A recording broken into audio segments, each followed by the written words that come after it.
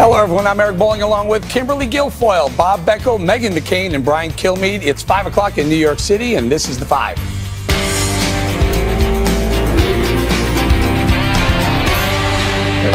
House Speaker Paul Ryan came out again today to defend the new plan to replace Obamacare, seeking to calm concerns of some in his own party. This is what good conservative healthcare reform looks like. It is bold, and it is long overdue, and it is us fulfilling our promises. This is a conservative wish list. Look at what this bill does. It repeals Obamacare's taxes. It repeals Obamacare's spending, Medicaid expansion, and the Obamacare subsidies. It repeals the Obamacare mandates on individuals and businesses. It ends the funding for Planned Parenthood. This is what we've been dreaming about doing, and we know it's going to make a positive difference in people's lives in this country. Speaker Ryan is confident the bill will get passed, even though not all Republicans are behind it. But that is rich, considering he needs 218 votes. There are 237 Republicans in the House, but the House Freedom Caucus votes as a block, all 29 of them. So do the math. It won't pass without that Freedom Caucus. And in the Senate, the bill still needs 50 votes. Right now, they have 48. Rand Paul, among others, is not a fan of the new bill. The current Medicaid is unfunded, and then we're going to add new entitlement programs to that. You say, oh, federal government's going to pay for it. Federal government has no money. We borrow $1 million a minute, so it's just dishonest accounting. It's much akin to Christmas, where that oratory is a pretty ribbon and nice wrapping paper, but you open up the present and it's a lump of coal. And that's what this bill is. It is a lump of coal. It is the largest welfare program ever proposed by Republicans in the history of the Republican Party.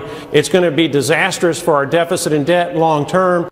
And this hour, President Trump will talk health care with GOP leaders at the White House. And there's word he'll start traveling the country soon to stump for the new plan. Here's more from his spokesman. We're going to have a full court press. Our team is throughout the administration on local radio and local television to get that message right to the American people, to talk about both of the things that we talked about yesterday, why we have a crisis right now in healthcare and why Obamacare is failing. But then secondly, why the solution that the president's worked on with the House is the right one to bring down costs and to reinstitute choice. All right, KG, Speaker Ryan called it a conservative wish list. I'm a conservative. I didn't see a lot on that I'm wishing for. Didn't make your Christmas list or your birthday list. Here's the problem. Yeah. There are a lot of things that he mentioned that will be incorporated in phase 2 and phase 3. They're asking us to make a leap that sign this now, agree to it now, and all those other things will make it into the bill. That's still up for conjecture. That's what Nancy Pelosi wanted us to do. Right, exactly. Figure it out after you pass it. So you're right. They're going to say, listen, partner with us on this, and they're going to try to make the case. And they need someone who actually can do the job to make the case. I think nobody's going to be able to make the case from so far what I've heard and seen, except for President Trump. He's going to have to really push this with his base as part of his movement to say, we are on the right track. This is getting done. And, Krauthammer had said, listen, Republicans can't get everything they want. But what is the philosophy and the reasoning behind stage 1, stage 2, stage 3, the piecemeal approach, when for one of the most powerful times in history, they had such a reckoning that delivered them the House, delivered them the Senate, delivered them the Oval. If not now, when? So do you like the bill? I'm trying to warm myself up to it. All right, Bob, there were change elections in 2010, 2014, largely on the backs of the dislike of the American people of the Obamacare law. Yeah, do the Republicans risk the same sort of change back the other way if this thing is unpopular? Exactly. Look, you can tell a little bit about this by looking at who's against it right away. American Hospital Association, National Healthcare Association, AARP, American College of Physicians, 40 of the top healthcare groups from New York to Georgia, California, 5 Republican senators, the Heritage Foundation, Freedom Works, Club for Growth. I mean, you got to be kidding me. First of all, Trump should not go out and stump on this because you're going to forget what's in the bill. I mean, if they asked him a question, what's in that bill, he wouldn't have any idea. He'd probably say Obama's tapping him again. But I have no idea what that means. Let me go to Meghan McCain. Meghan, Bob points something out very important. I don't know what that means. Let me go to Meghan McCain. The Koch brothers. I mean, there are a lot of conservative groups that don't like this so far. And you and I are really on the same page with this. And I think both of us are in agreement that if the Republicans blow this, there will be ramifications in midterm elections. I can't overemphasize how important it is that they get this right. If I were President Trump right now, now, I would invite everyone from the Freedom Caucus that's really important, Rand Paul, Mark Sanford, Mark Sanford, all the people, these major players, come and say, what do we need to do to make this work? Because none of us want to hand over our political capital to the Democrats right now. And really, this thing lives and dies at the hands of the Freedom Caucus. Brian, let's talk about this a little bit. The Freedom Caucus came out yesterday afternoon and said, look, here's what we want to do first. We want to repeal. We'll worry about replace later. There were a lot of people who said you got to do them both. You're not happy with that either. I mean, here's what he said. Let's repeal it. And then for 2 years, we'll work on it. And everyone stays in place until we change it. Now, you know the market's better than anybody. The market's not going to love the uncertainty for the next 2 years as they meet when they have a chance in between stimulus packages, infrastructure deals, tax cuts, building the wall. So basically, what I understand it, and I'm not smart enough to fully digest it, when President Obama passed his law with an outline. You're so welcome here. Thank you very much.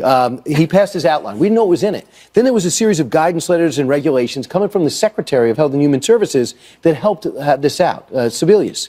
Now what he's saying, Tom Price, is, you know me, you know I led the charge to take it out. Give me some power. That's phase 2. Phase 1 is passing this. I can't do it with 60 votes. Thing, though? Well, no, rules and regulations. Aren't they asking the Republican House and Senate to do the exact same thing that the Democrats did? Can you name a Republican that was unhappy or felt that Tom Price was untrustworthy? But he's right. Nobody. On this. No, but you also have to. I'm sorry. You also have to consider. So we're all hanging our hat on the fact that Tom Price will be there all straight through the process, doesn't vary on what he said he promised to put in. That's a lot of faith to put in one human being. Eric is 100% right, though, that you're asking Republicans to do what Democrats jam down the throat. Asking Republicans to say, just hold on this, we'll amend this later, this is a work in progress. That is not good enough. I've heard you say multiple times, we've had 6 years to get this right, and this is the best we can come up with. I think it is good enough. I think it is good enough. Democrats need 35. I don't go on faith in anything regarding politics whatsoever, because as you said, the market could change things. God knows what could end up happening, especially if we lose the midterm elections. I mean, it's just not good enough for the American public. I was sure the Falcons were going to win the Super Bowl, but again, I don't know what to trust anymore. But I would say this: if you can't trust Tom Price, after 6 years, this is as good as it is. Well, put it this way: they got to be practical. They can only get 51 votes. No, we should all trust Tom Price. Tom Price. But Megan's right on this. Look, 6 years. You have not only 6 years. 4 election cycles where you said Obamacare is so bad, we got to get the Democrats out of the House and out of the Senate. And guess what happened? The House flipped to Republican. The Senate went to Republican. You got them out, and you don't have a replacement. Well, Paul Ryan said that he's working for 20 years on this, so that he's thought long and hard about it. This is what he put forward. They got the president to go ahead and agree on it. I'm just telling you. Hey, listen. You got over and over again. He said it's coming. Free market. I'm just telling you, it's coming across state lines. Now practicing. When it gets in the bill, then maybe we say, okay, it's worth it. We talk about the politics worth its weight in paper. The politics are 35 seats need to go over for the Democrats to take the House, right? Those 35 have been won by Hillary Clinton. One of the problems that Trump's going to have with his base in the off-year is his vote was heavily rural. And that's the lowest turnout in off-year elections. So that's one thing the Republicans have to worry about. The other thing is, frankly, how many Republicans don't want Trump going to go out and campaign for him? I mean, in some certain areas, huge. At the moment. Oh, it's huge in certain areas. I agree with you. But you say Tom Price. You can't hang something on the secretary like that. Well, I mean, it's not just one guy. I mean, you have a lot of people with some great ideas, and they got to get them woven into the final plan. But you can't get everything. Right. And you can't do number 2 unless you get done with Obamacare. Are you saying you like this bill as it stands? I'm saying that the potential for this bill is good enough to do it, sign it, amend it. Listen, for example, dinner tonight. Do you know how much this bill costs? Dinner tonight with Ted Cruz. Phone calls with Rand Paul. They're going to be able to get input into this. We're going to get a CBO, but I don't even trust the CBO after they had Obamacare. Wait a minute. So you want? Listen, I love you, right? And my problem is I hear this. You could disagree with me on the right all the time.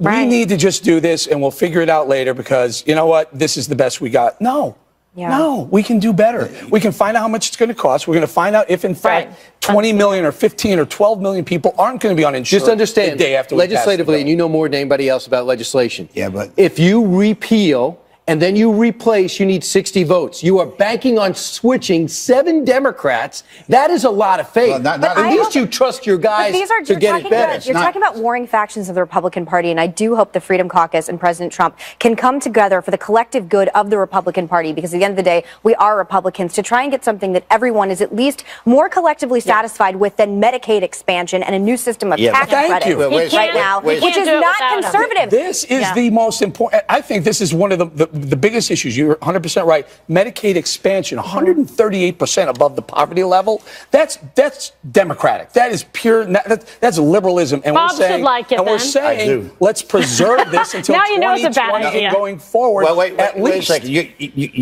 Just step back here for a second. The other players here are governors.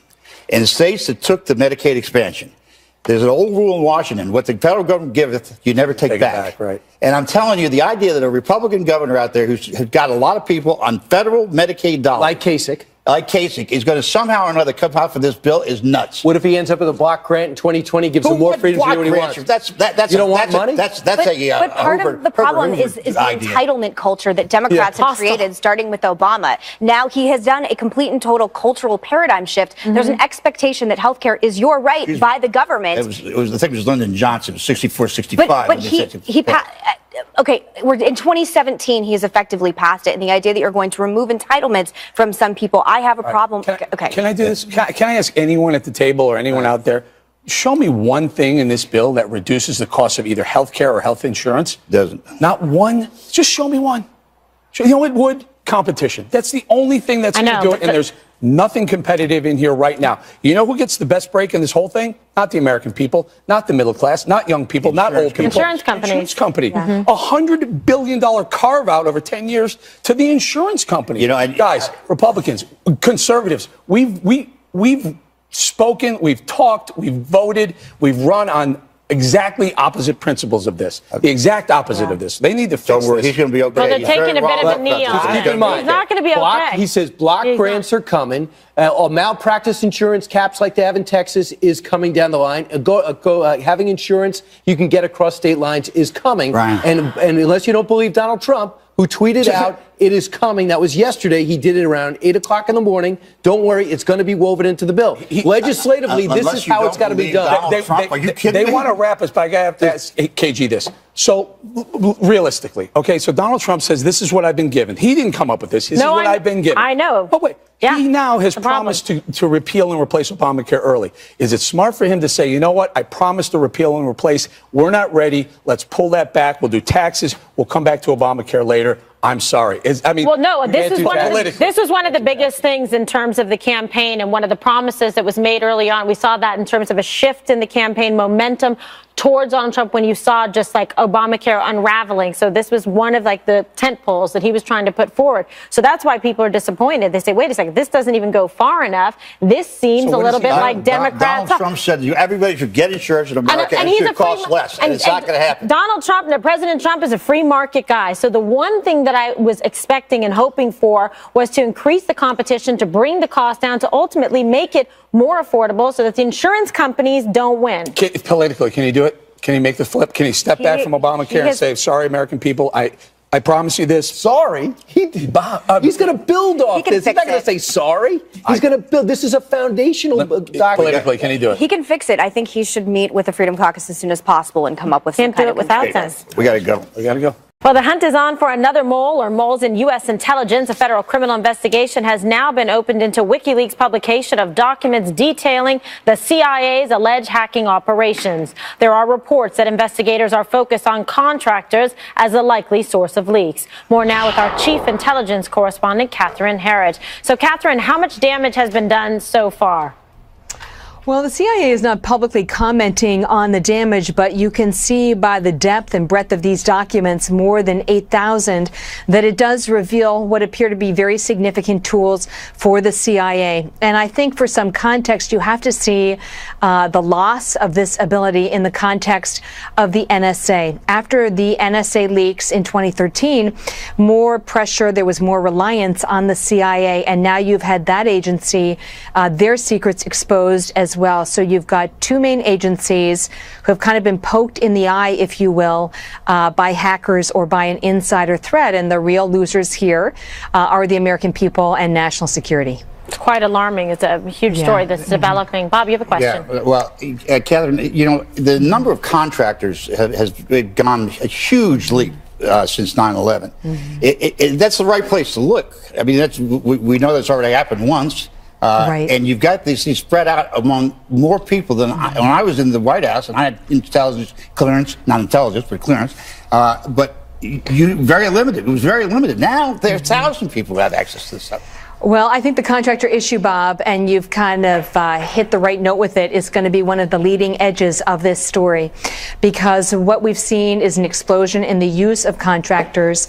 And based on our reporting here today at Fox News, there are really three scenarios that are under consideration. One is an insider, a contractor. The second is that it was a cyber breach or a network breach, and the third is that it was a combination of the two. I would point out to people that after the NSA contractor Edward Snowden leaked documents in 2013 that exposed government surveillance on U.S. Citizens that was also posted by WikiLeaks, the contractor Booz Allen still maintained its government contracts for more workers in the future. So it's hard to see how there was any kind of punishment for what happened in 2013, and we may be revisiting that very issue again in 2017. Falling.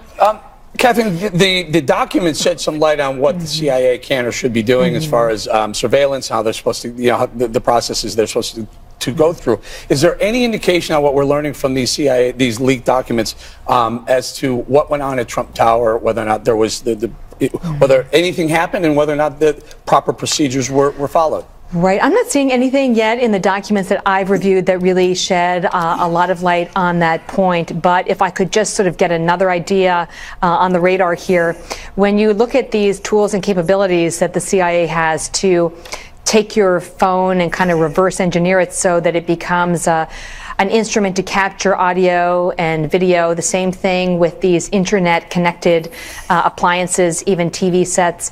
I mean, this is the kind of thing that virtually every intelligence agency in the world is doing, and they would expect that the U.S.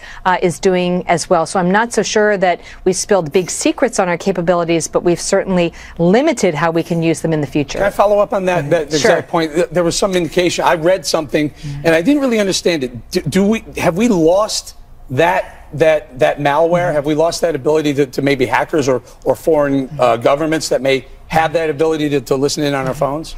Well, there's really two answers to that, a two-part answer to that question. It's a good question. One is that the CIA and these cyber spying agencies are constantly losing these capabilities because every time a flaw is identified in one of these operating systems, like the iPhone, like the Android phone, and they're patched, then they have to find a new way to get into that system. So they're constantly losing this capability and then regaining it in some other way, or investigating how they can get in these systems in some other way. But the bottom line is that whenever you show your hand to the adversary about what you are capable of doing, and more specifically what you're targeting, you're really giving away a lot of information about your intentions, and that's really worth a lot to these countries. Okay, Megan, you have a question. Yeah, Catherine, why now? I mean, the timing seems a little strange. Is it just to sort of invoke further distrust between us and our intelligence communities? Why do you think WikiLeaks chose today? Well, I've spoken to a number of military intelligence and cybersecurity experts, and what they've all pointed out is that there does seem to be a pattern here.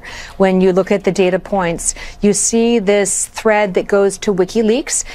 In this case, also in the 2013 documents from NSA contractor Edward Snowden, and then more recently with Russia's interference in our electoral process, you saw the leaked DNC emails and the Podesta email. So they're all finding a home with WikiLeaks. And then the other question is who's really benefiting here? And I think you can make a very compelling argument that America's adversaries are benefiting, in particular Russia, because this undermines confidence in U.S. systems, and it causes even more sort of political tension and friction, which is something that damages our democracy, and that is what Russia is aiming for right now. So, Catherine, I have not taken that Berlitz course that allowed me to speed read 8,761 documents. I do know this. That's a lot, and the worst could be yet to come. This is only part one, they say, of Vault 7. This could be worse. And people that have skimmed it have said the one thing is clear. There's bureaucratic infighting between the NSA and CIA. That's all we need. Well, beyond this allegation of infighting, what I would say is, again, is that after the 2013 Snowden leaks, the NSA was damaged by those leaks. I mean, that's well understood. And the CIA based on my reporting, picked up the baton in terms of cyber spying and really expanded its offensive capabilities. So what we have now is two agencies that have been damaged by these hacks. First the NSA and now the CIA. And that is just not a good situation to be in. If you believe that there's also infighting as well, that's another layer of trouble and just dysfunction within the system. We're going to have to get going. All I can say is please don't look at my videos, okay? No one wants to become it immediately really ill. tough on me. But I'd like to know who keeps turning on the TV in my That's right. really? You got to get a better angle. That's the thing. Gross. It's you, Bob? That's right. Disgusting. All right, many on the left having a lot of fun. By the way, it's 28 minutes after the top of the hour. Mocking comments made by some conservatives this week. So we've decided to dig a little bit deeper into the archives to figure out if there is indeed a double standard. Was there the same type of outrage on the left as there is to be today as it is on the right? All right, so let's look at this. First off, first thing. Example number one, HUD Secretary Ben Carson, the doctor, versus the former president. Listen. That's what America is about. A land of dreams and opportunity. There were other immigrants who came here in the bottom of slave ships, worked even longer, even harder for less. Certainly it wasn't easy for those of African heritage who had not come here voluntarily, and yet in their own way were immigrants themselves.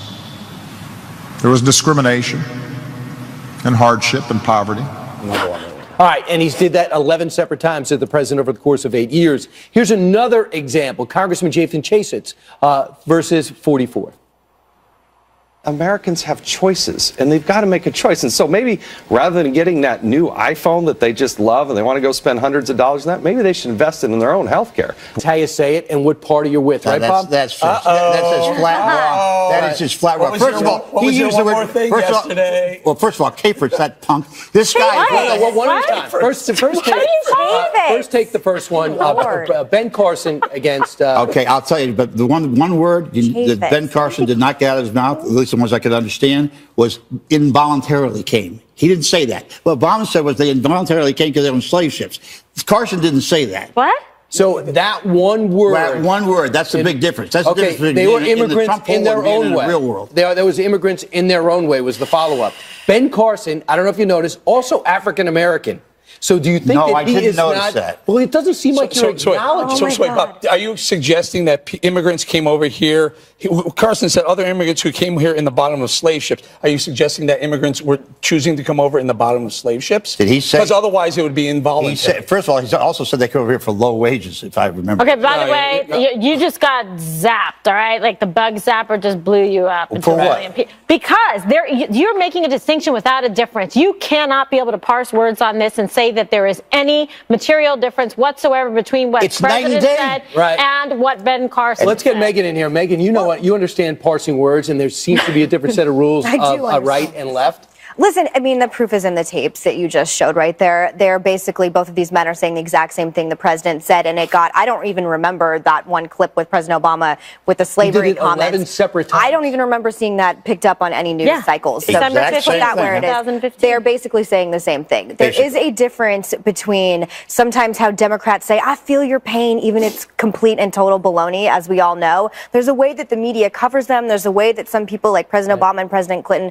have this way of pretending that they care when I've never really believed they actually could. I think the commentary about Jason Chaffetz in particular was particularly ridiculous, and the hypocrisy was particularly blatant. He said almost verbatim what President Obama said. Kimberly, you know what it's like Kimberly, you know what it's like to be on a budget in your 20s, right? Wait a second. Remember, being on a budget when things are tight, you have to make some tough decisions. Do I get collision on my car? Do I get insurance for my apartment? So he's just trying. President Obama was trying to say in his defense, if you can't afford health care, look at your bills and make it a priority. And that's the same thing Chaffetz said. Prioritize your expenses. What do you decide to spend your money on? Is it going to be on cell phones? Can I just make one point about You are going to attack him. Say his name correctly. Well, I don't care what his name is correctly. As you know, he's worth $500 million. He's a very powerful never had a hungry night in his life. The guy doesn't know what he's talking about. When he started talking about you prioritizing iPhones. So all you're doing is making personal attacks against him? It's a personal attack. That was as close to a racial statement I've heard. Everybody else weigh in. You're doing exactly what you complained for 8 years what that Republicans did. You're portraying fake outrage. Yes. This is all fake outrage that you're presenting to our audience. There's no fake outrage when it comes to Capers. The exact same whatever words. his name is. I mean, there's no way you can't say the definition of a slave is an African American who came over here involuntarily. It's the same thing. Chaffetz said the same thing Obama said about having to choose between an iPhone and maybe food or insurance. That's the it's point. a little tough to take that. But what you're doing is just as disingenuous as what you accuse Republicans of doing for 8 years. But you're outraged over something that Obama already said. He didn't say but he just Only says because it's so it came out of the mouth of a Republican and Ben Carson, and so therefore Bob got all juiced up for the one more thing to put a hit on him. No, I was going to put a hit on Capers. Look what happened. Chaffetz! Chairman of Oversight Committee. Is a wonderful guy with a bright future. Very powerful congressman, could be president someday. Learn his name. Absolutely. Could be senator. Meanwhile, coming up straight ahead, a lot of women want to strike today to show what life would be without them and what it would be like at work without them. Even some lawmakers staged a symbolic walkout. Today is International Women's Day, and organizers have gotten thousands of women across America to go on strike to show what a day without women would be like. Some Democratic lawmakers walked out of the Capitol earlier to show solidarity with the protesters. We are resisting President Trump and congressional Republicans and letting them know that we will not go back. We are here to fight an administration and a Republican Congress that targets our families with backwards and divisive policies. And the Trump administration and the Republicans in Congress have been waging a war on our health. We don't want the world to know a day without a woman, but we want people to understand what that day would be like. This morning, the president tweeted that he has tremendous respect for women and the many roles they serve that are vital to the fabric of our society and our economy. He asked all to join him on this day to honor the critical role of women in America and around the world.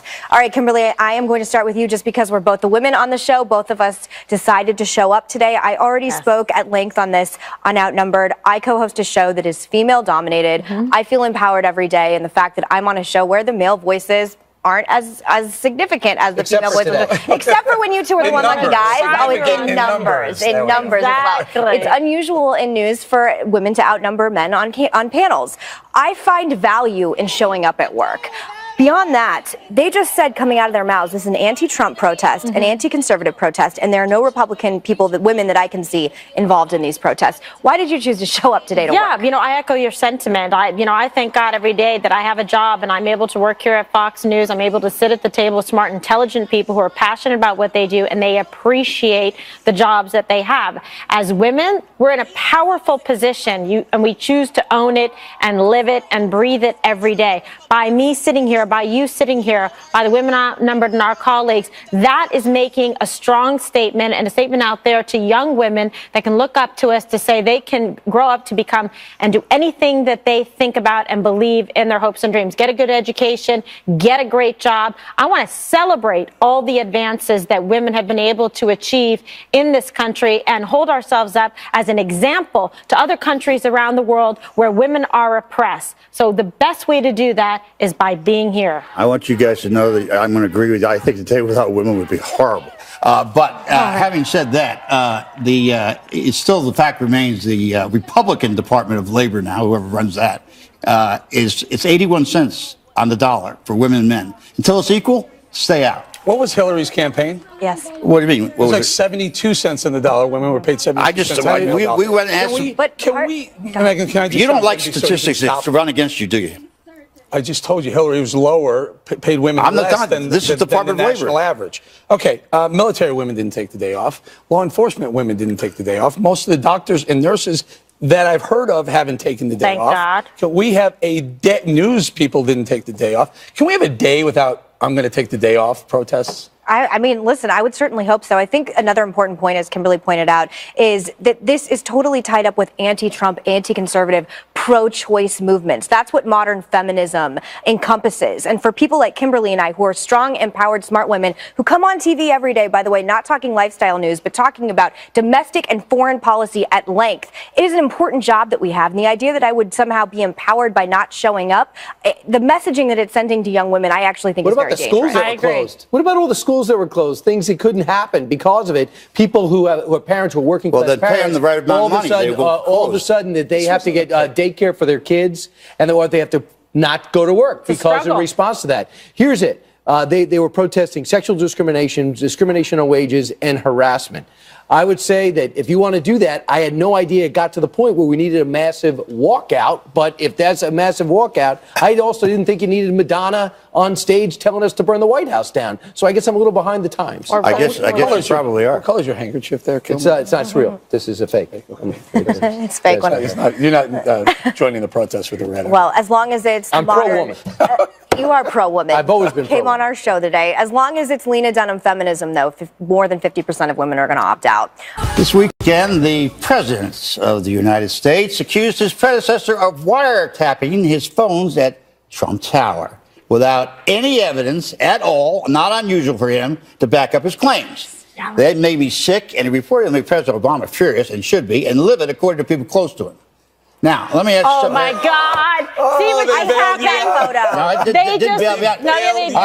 No, I said this. I wore this tie again today to say anybody gives me one piece of evidence. You give me one piece of evidence of Barack Obama had anything to do with that, and you're all lying for this. Okay. All right. The investigation's ongoing. Can you tell the truth You don't need an investigation. Do you understand that? No, you got to be able to present it. What does that have to do with your tie? He's so hysterical. There's like so much yelling. I need like the miracle ear Let's just talk about their relationship. Let's talk about the relationship between the two.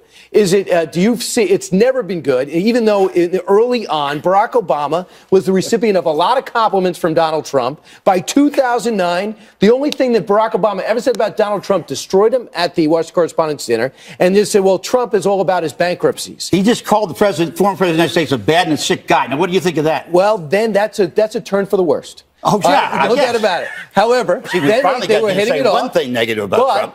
I'm talking about their relationship. Their relationship right now is a real bad relationship. But the relationship that Barack Obama had with his predecessor was nothing but disrespect. He dissed Bush for 7 years. Correct. Blamed him for everything, but he did it in an eloquent way, so no one blamed him. Are you saying Trump was nothing but the most eloquent class? He never attacked President Obama when he was in office. Right now, President Obama has Valerie Jarrett moving in with him to create a resistance headquarters in Washington. Are you going to give me some evidence? In Washington, D.C. Hey, Megan, how about some evidence? That it's a fact that Valerie Jarrett is moving into his home evidence and having a that Barack Obama Hold on, Megan. Don't you know you're supposed to be like even more in touch than the Intel department, who is doing the investigation? It doesn't take anything. Pick the phone up and call. The point is, President Obama is going to be the most bitter ex-president that we've ever had. He is not going to keep his mouth shut. He's going to do nothing but attack this administration. Complete and total opposite of the class and respect H.W. gave to Obama. 24 favorable to this. Are you contending that there was not a wiretap? Same with 41. It was a class action. I'm contending that Barack Obama did not do what Trump. Wait a minute. No, I have to answer what the President of the United States said. Okay. He said that this sick bad guy. Question. Do you think Trump Tower was wiretapped because Comey? I don't know. It probably should be. We can figure out how much money they got invested in Russia. They were? Because I think they were. What? Okay, contrary to what we've been. That has nothing to do with that. Robbie Moore said on Fox and Friends that he read transcripts of a Russian with a Trump worker from Trump Tower. Yeah. He said we were reading this in October. So why were they bugging it? Would you please And Hillary tell me? Clinton put out tweets too. Let's do this, Bob. How do you think? What do you think made them, the Intel department, start these wiretaps to initiate these wiretaps? What were they looking for? There were no wiretaps of Barack Obama But against do you Trump. know where they start? Where do they start? At the DOJ, Loretta Lynch, right? That's where it has to. That's right. Bob, it's got to come from the FBI Can and you CIA. answer one question? Just answer one question. Loretta Lynch works with Will you guys stop going in the tank for this guy? Give me one solid I'm sure piece of people evidence. like you thought that the IRS wouldn't target Tea Partiers. So crazy. They've done a lot of things that would Well, they make targeted people me, too, believe so that they that's are right. capable of this as well. They have a long history of doing things like You this, so think it's Barack not out of the Obama's realm of capable possibility. of taping the I think anyone that would target people because of their political beliefs by the IRS is capable of anything. what is it? Absolutely. And they Barack lie about Obama it too. taping Look at Lois The Lerner. tweet was not a good idea. But the overall sense of I know what you did leading up to this, and you weren't playing fair, and I'm going to get to the bottom of this. There's only one person that could do it. No one could touch Barack Obama for 8 years. If anyone could do it, Donald Trump will find out the answer. Yeah, good. Yeah, so why are you so afraid of the truth, Bob? It seems The like truth, it. I'd like, for example, to start with his taxes. That'd be an idea. Find out how much money he's got this is invested where in you're Russia. pivoting, trying to deflect. I just want one piece of evidence. This guy tells the truth on anything. The DOJ has to sign off on going to the FISA court for the warrant, right? That's Loretta Lynch. I mean, she was like Who was on endorse on the plane President with your Obama. buddy, Bubba. Come on. Then it's a record. There's a record of it, isn't there? No. I thought Oh, no, there's no record between them. Do you think there's a record of every conversation between Loretta Lynch and President Obama? Every FISA case there is. This is a court record of FISA. Oh, Jesus, Bob, are you paying We got it. But no, you know, he's the authority on FISA. You know that, right? And that's because he true. said that he went there. You may is laugh next about level. this thing, but this is a guy who's president of the United States calling another president of the United States a crook. And for Trump to call anybody a crook Well, is way basically, above Barack above Obama beyond. called George Bush incompetent for 7 of his 8 years. That ain't a crook. Yes. Right? That is a pretty That's not insulting sick. thing. Oh, He that's insulted better? him over and over again. That's But better? he did it in an eloquent way. Okay, let's take some more tea and go to the pit and all that. One more thing. What's up next? What the heck does that mean? The pit. Okay, when I was still drinking for St. Patrick's Day, it was a really difficult day for us to figure out what we were going to do to stay sober. But also, what do you do for kids if you don't drink in your home? And a friend of mine in New Jersey, Eileen Coffey Cowley, who's Irish, and her 2 sisters came up with Silly McGilly. And Silly McGilly is a little doll and a story about Silly McGilly. You ought to get it for your kids. Sit down and play with it. It'd be a lot of fun. And they call it Elf on the Shelf, I think, It's right? kind of like, Elf on a Shelf. And so here's the box. If you take a shot of this, since Bob's See, you know how to do these things better than I do. See how cute this is. I love you, little Irishman. All right, let's go into Megan. Okay, my one more thing. Starbucks is rolling out barrel-aged coffee in which green unroasted coffee beans are placed in barrels that previously held whiskey, bourbon, or other alcohols in order to absorb the flavor, combining my 2 favorite vices of coffee and whiskey together. Right now, it is only happening at the Starbucks in Seattle, but I am all for you spreading this around Seattle, everywhere. otherwise Seattle Roadster. Yeah, Those are 2 of your favorite loves. My coffee and whiskey. Yeah. Now we know what to get Does you it for have Christmas. alcohol Hope it gets you in the I grab pay bag. attention to her Instagram. All right, Thank I you. could not beat Tom Brady, but maybe you and I can all eat like Tom Brady. He has made a partnership with Purple Carrot of Massachusetts and TB12. They've combined forces to mirror the Tom Brady diet that has him playing at 40 years old in the most physical game in America. Amongst the items that you could be eating on a regular basis for $78 a week, lentil soup, risotto, roasted vegetables, gingered amaranth greens, ramen bowls, yes, coconut broth, and bitter greens. This No, sounds like thank fun. you. Horrible. This is the way to beat Tom Brady and to marry a supermodel. The recipe Well, that could be would $78 a month. Kill Bob. I wouldn't. Your body would for reject 15 it. supermodels, I wouldn't eat that crap. Lying Bob. I don't know. And 5 Super Bowls? Well, yeah. Rabbit food. I think it sounds quite tasty, except for the bitter greens thing. TB12. That's what you do. Eric, aren't you up? I am. I was stalling a little bit because I have Facebook Live, and I'm going to do it right now. But here's the problem.